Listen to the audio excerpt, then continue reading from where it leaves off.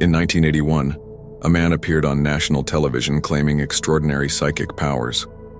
With a simple exhale, he could turn pages of a phone book without touching them. With his mind alone, he could make pencils rotate on their points. James Hydrick captivated America with his supernatural abilities. But behind the mystical facade lurked something far more disturbing. Years later, the truth would emerge in a confession that shocked the nation. Not just about his fake paranormal abilities, but about a pattern of criminal behavior that targeted society's most vulnerable. Today, we're not just examining what James Hydrick did, we're dissecting how a troubled mind manipulated an entire culture, desperate to believe in the extraordinary. How did a man with no supernatural abilities manage to deceive so many? And why did our systems of protection fail those who needed it most? This isn't just about what happened. It's about why society allowed it to happen. Before we dive into the mind of James Hydrick, we need to understand who his victims were. Because contrary to what you might think, they weren't just the television audiences he deceived. The true victims were children. Specifically, young boys from troubled backgrounds who found themselves in juvenile detention centers and group homes across the Southeast. One such boy was Michael, who at 13 years old, had already endured a lifetime of instability. Shuttled between foster homes after his mother's struggle with addiction, Michael landed in a South Carolina juvenile facility in the early 1980s. Like many of the boys there, Michael was searching for a father figure, someone to look up to, someone who would finally see his potential and not just his problems. His daily routine involved strict schedules: breakfast at 6:30 a.m., classes from 8 to 3, structured activities until dinner. The monotony was punctuated only by visits from occasional volunteers or instructors. What made these boys particularly vulnerable wasn't just their age or their circumstances. It was their desperate need for validation and attention. Many had developed a protective shell of toughness, but underneath were children starving for positive adult recognition. Their hopes were simple: complete their program, maybe learn a skill, get back to some version of normal life. Some dreamed of reuniting with family, others just wanted a fresh start. When a charismatic young man arrived to teach martial arts classes at the facility, many boys like Michael were immediately drawn to him. Here was someone different, someone who seemed to see beyond their records, who spoke about power and control in a way that resonated with powerless children. That man was James Hydrick. What none of these boys could have known was that behind his spectacular displays of supposed psychic ability and martial arts prowess lurked something far more calculated. The instructor they welcomed with open arms was laying the groundwork for exploitation that would affect them for decades to come. James Hydrick wasn't born a predator or a con man. Born in 1959 in South Carolina, his early life was marked by extraordinary trauma and instability. But rather than examining his biography chronologically, let's look at the behavioral patterns that, in retrospect, were glaring warnings. From his earliest records, Hydrick displayed a pattern of pathological lying. Not just common childhood fibs, but elaborate, reality-distorting fabrications. Former classmates recall how he would claim to have trained with martial arts masters in China, despite never having left the country. Dr. Eleanor Martin, forensic psychologist. What we see in cases like Hydrick's is not just lying, but the construction of an alternate identity. It's a coping mechanism that, in extreme cases, becomes so integrated that the individual may partially believe their own fabrications. By his teens, Hydrick had developed a second critical pattern: a sophisticated ability to identify and exploit vulnerabilities in systems and people. In juvenile facilities, he quickly learned how to navigate authority structures, ingratiating himself with staff while maintaining control over peers. Former correctional officer Thomas Weldon. He had this uncanny ability to know exactly what you wanted to hear. With the tough guards, he was respectful and reformed. With the more nurturing staff, he was damaged and trying to heal. It was like he could read which approach would work best. The third and perhaps most concerning pattern was Hydrick's gradual testing of boundaries. He would start with small rule violations, gauge reactions, then escalate if unchecked. Dr. Martin, this incremental boundary testing is classic grooming behavior. The perpetrator is essentially conducting experiments to see what they can get away with. If small violations go unchallenged, they move to more significant ones. Perhaps most telling was a pattern observed by several teachers. Hydrick's obsession with control and power, particularly over those he perceived as weaker. His martial arts weren't just a hobby. They were a means of establishing dominance and creating awe. Former teacher Rebecca Tanner. In retrospect, his constant demonstrations of physical prowess weren't just showing off. They established him as someone special, someone with powers others didn't have. It created this aura that made questioning him almost unthinkable. These patterns converged dangerously when Hydrick began developing his psychic abilities. What seemed like harmless entertainment was actually a calculated tool to create an untouchable mystique. Criminal psychologist Dr. James Renford. By positioning himself as having supernatural abilities, Hydrick created a powerful psychological barrier to accusation. After all, who would challenge someone who could potentially read their thoughts or harm them through paranormal means? The tragedy is that these red flags weren't hidden. They were displayed openly, but in contexts where they were misinterpreted as charisma, talent, or eccentricity. What if someone had recognized that his supposed gifts were actually signs of a dangerous pathology? How many children might have been spared? The story of James Hydrick isn't just about one man's deception. It's about the systemic failures that allowed him to operate despite numerous encounters with law enforcement and institutional oversight. By 1977, at just 18 years old, Hydrick already had a criminal record, primarily for burglary and theft. Yet despite these early encounters with the justice system, crucial patterns went unidentified. Former FBI profiler Sarah Michaels. Today we understand that certain types of nonviolent crimes often escalate to more serious offenses. Property crimes combined with manipulation tactics are particularly concerning. But in the late 70s and early 80s, these connections weren't widely recognized in law enforcement training. Perhaps the most glaring institutional failure came in 1981, when despite his criminal record, Hydrick was allowed to work with juveniles in multiple states. Dr. Raymond Kellerman, child welfare policy expert. The background check systems we take for granted today were fragmented or non-existent then. States didn't communicate effectively with each other, allowing individuals like Hydrick to cross state lines and essentially reset their reputation.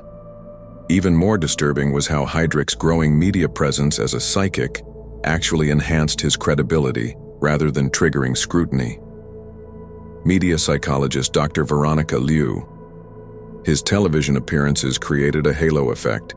If this man was on TV demonstrating these abilities, surely he must have been vetted, people assumed. This media legitimization effectively short-circuited critical thinking among those who should have been most vigilant. When comparing Hydrick's case to similar situations where intervention succeeded, one factor stands out: institutional isolation. Child protection attorney Michael Stevenson.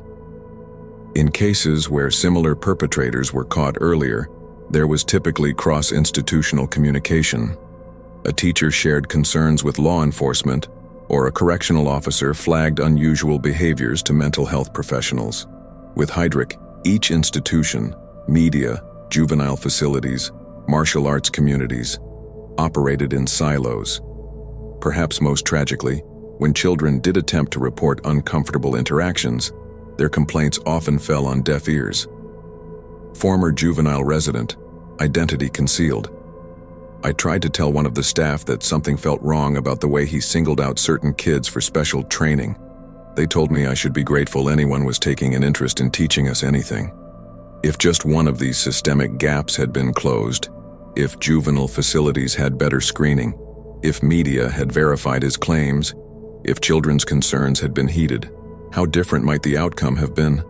The question that haunts this case isn't just how Hydrick deceived so many, but how many opportunities to stop him were missed along the way. The full extent of James Hydrick's crimes didn't become public until his shocking confession years later. But the pattern of his criminal behavior followed a disturbing trajectory.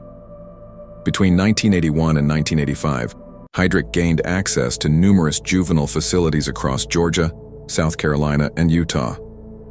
Under the guise of teaching martial arts and mentoring troubled youth, he systematically identified vulnerable children, primarily boys aged 12-16. Court records indicate that Hydrick would establish himself as a mentor figure, demonstrating his psychic powers to create awe and obedience. He would then isolate selected children for special training, during which abuse occurred. Detective Marcus Llewellyn, who worked the case.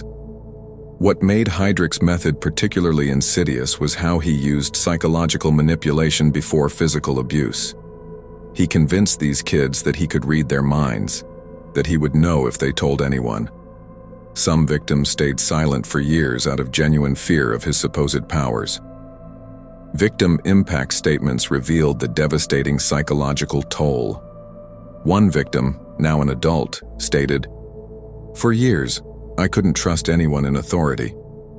I was convinced he would somehow know if I spoke about what happened, that he could harm me from a distance. His powers weren't real, but the fear absolutely was." What's particularly revealing about the offender-victim dynamics in this case was Hydrick's sophisticated understanding of institutional blind spots. He specifically targeted children who were already labeled as problem cases, those whose complaints would likely be dismissed as attention-seeking or manipulation. Forensic psychologist Dr. Helena Rodriguez. This selection wasn't random. Hydrick intuitively understood that children already distrusted by the system made perfect victims precisely because they wouldn't be believed. It shows a calculated exploitation of credibility disparities within juvenile justice. The revelation of Hydrick's crimes sent shockwaves through multiple communities. Families who had entrusted their children to these facilities felt betrayed. Staff members who had welcomed him questioned their judgment. The martial arts community, where he had established a reputation, faced a crisis of accountability. Law enforcement's response, when the allegations finally surfaced, was complicated by jurisdictional issues. Crimes had occurred across multiple states, with different standards of evidence and statutes of limitation. Former prosecutor William Chen.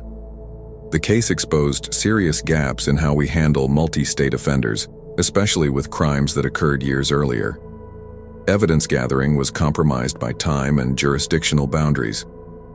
Many investigators felt frustrated by legal constraints. Perhaps the most puzzling aspect that still confounds investigators was Hydrick's simultaneous pursuit of media fame. While most predators avoid publicity, Hydrick actively sought the spotlight. Criminal behaviorist Dr. Ava Washington. This paradoxical behavior, seeking celebrity while engaging in criminal activity, suggests a profound disconnect in risk assessment.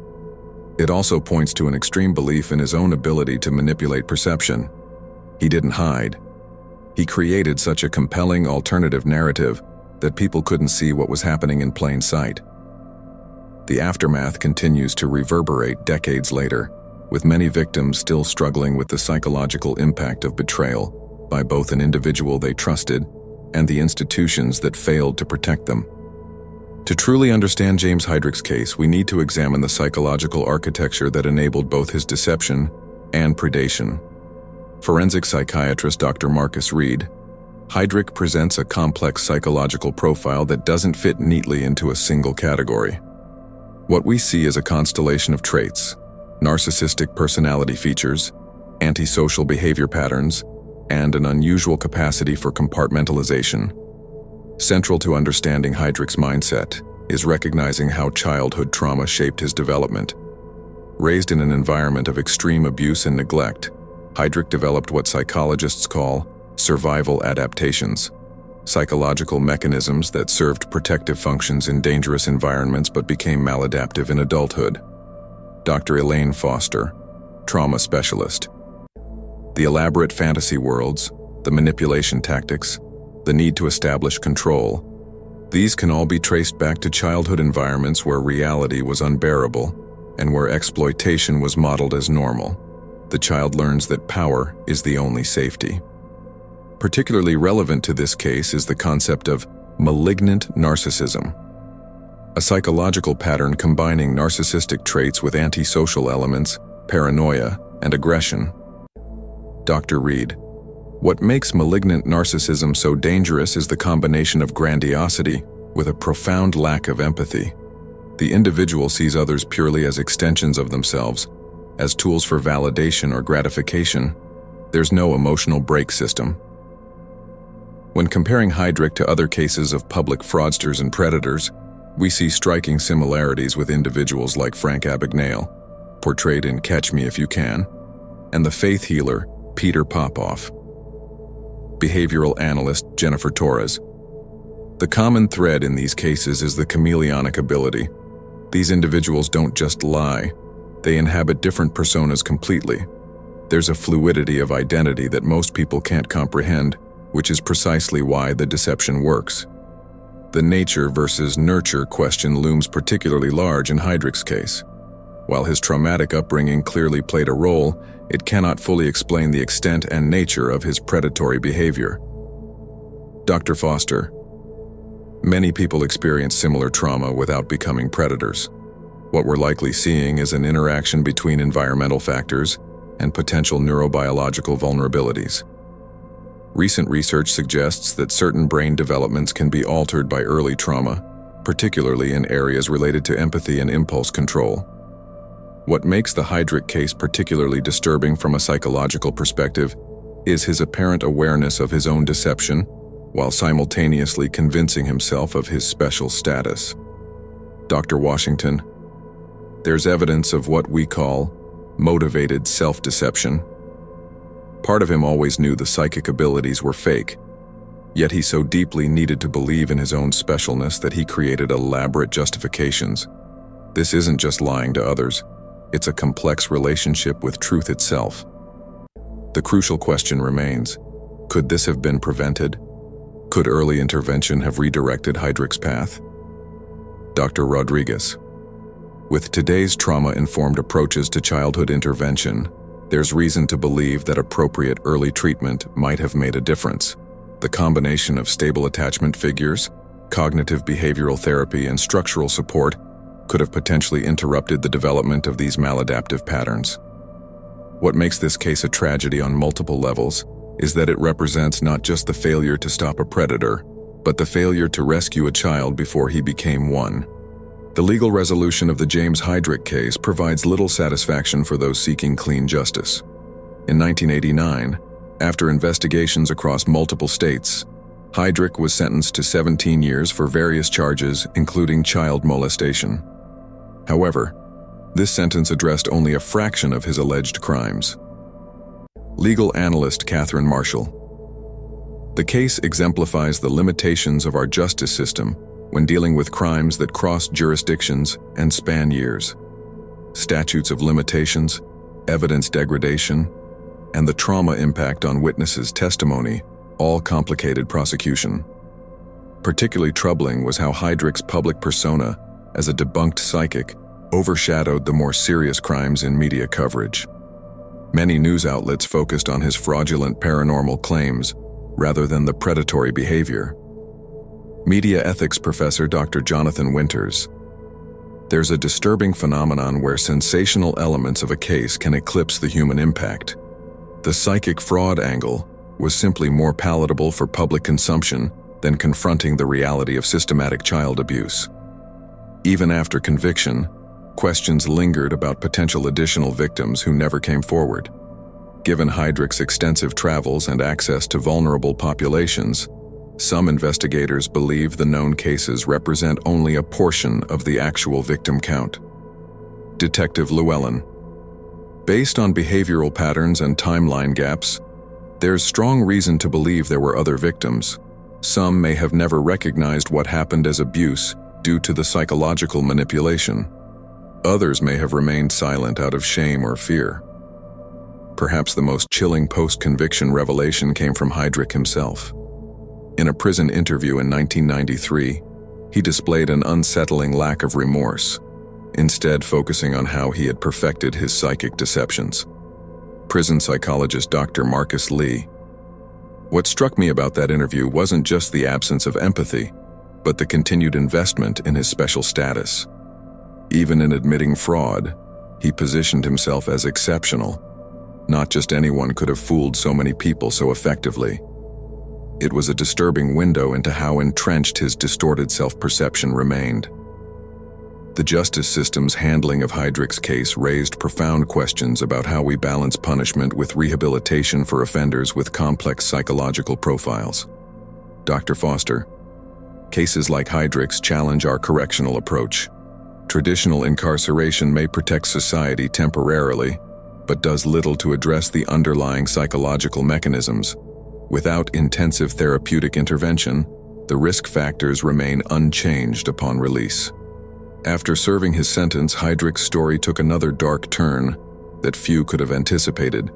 Rather than finding a path to rehabilitation, he reoffended and was later classified as a sexually violent predator under California law, leading to his civil commitment. Legal expert James Morrison. The civil commitment outcome reveals the gap between criminal punishment and public safety. The system recognized that despite serving his sentence, the risk factors remained unaddressed. It's an admission that our standard correctional approach failed to create meaningful change. This leads us to the most uncomfortable question of all. Is our current system equipped to handle cases where psychological pathology, criminal behavior, and public safety intersect? Or are we merely managing symptoms while failing to address root causes? The case of James Hydrick serves as a disturbing mirror reflecting our societal blind spots. Beyond the individual tragedy, it reveals our collective vulnerabilities. We continue to struggle with the same fundamental challenges today. How to identify predatory behavior beneath charismatic facades, how to protect vulnerable populations without stigmatizing them, and how to balance appropriate skepticism with openness to extraordinary claims. The psychological patterns that enabled Hydrick's deception haven't disappeared. They've evolved alongside our media landscape. In an era of social media influence and viral fame, the mechanisms for establishing false credibility have only multiplied. Media psychologist Dr. Liu, today's digital environment creates even more opportunities for the cultivation of false personas. The validation metrics, likes, shares, views, can create a perception of legitimacy that bypasses traditional vetting processes. What can we learn from this disturbing case? First, that protection requires communication across institutional boundaries. Schools, law enforcement, mental health providers, and media organizations must develop better information sharing protocols while respecting privacy rights. Second, that we must nurture and believe children's instincts. Many of Hydrick's victims reported feeling uncomfortable before any explicit abuse occurred, but these feelings were dismissed. Child protection advocate Maria Rodriguez. We need to create cultures where children know their discomfort matters, where bad feelings about an adult are taken seriously, not as disrespect but as potentially vital intuition. Finally, we must confront our collective fascination with the extraordinary, whether psychic powers, extreme charisma, or exceptional stories. This fascination creates blind spots that can be exploited by those who understand our desire to believe. The most unsettling aspect of the James Hydrick case isn't what we discovered, but what it suggests about what we might be missing right now. As you go about your week, consider this question. What false reality might we be collectively participating in today? What charismatic deception might future generations look back on and wonder, how did they not see what was happening right before their eyes?